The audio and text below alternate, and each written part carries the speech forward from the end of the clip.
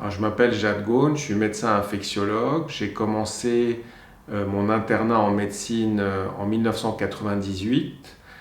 J'avais pas du tout en tête au départ de m'occuper ni de maladies infectieuses ni de VIH. Et je voulais m'occuper de fertilité et de stérilité. C'était ça ce que je voulais faire depuis que j'étais tout petit et c'est pour ça que j'ai fait médecine. Et en 1998, j'ai fait mon premier semestre d'internat à l'hôpital Rothschild chez Willy Rosenbaum. Et là, j'ai découvert la prise en charge du VIH au balbutiement de l'ère des trithérapies. C'était 96 et moi j'y étais en 1998. Donc il y avait toute cette effervescence, tout cet espoir qui était en train de naître autour des trithérapies, autour de cette maladie qui pouvait devenir maintenant une maladie chronique. Et du coup, on va dire que je suis tombé dedans et depuis, j'ai plus arrêté. Et je suis actuellement à l'hôpital Bichat et je suis président du Corévi Île-de-France Nord pour toute la région de l'Île-de-France Nord.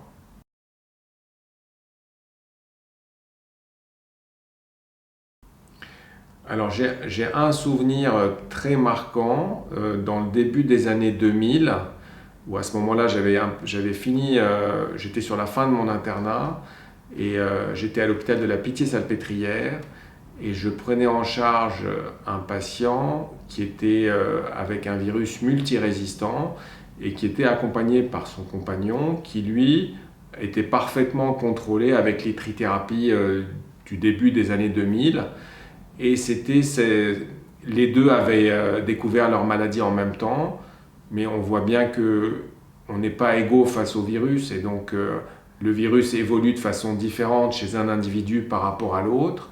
Chez un des deux, la maladie a été beaucoup plus rapide, beaucoup plus agressive, avec des manifestations du sida très rapides. Et du coup, celui dont je m'occupais avait commencé les traitements en 1987 avec la ZT, donc les monothérapies, puis ensuite les bithérapies, jusqu'à arriver à la fin des années 90, début des années 2000, à recevoir des trithérapies. Mais malheureusement, chez lui, comme il avait déjà reçu des monos et des bithérapies, et ben dans la trithérapie, il y avait déjà deux médicaments qui ne fonctionnaient plus.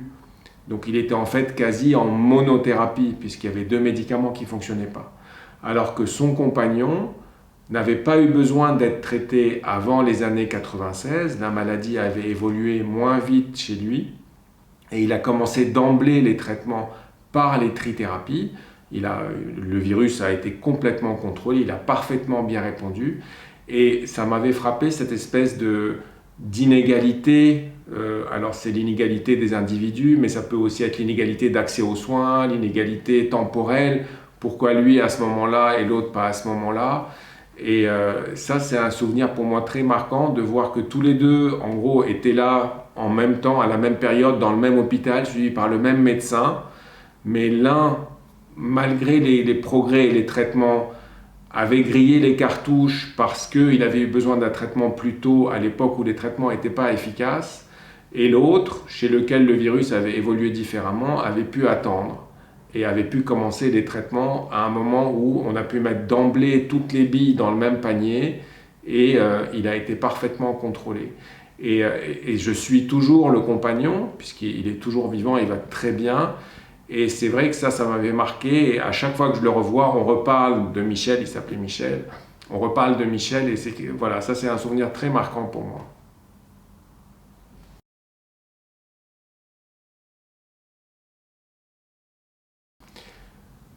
Alors je pense que la révolution actuelle, c'est U égale U.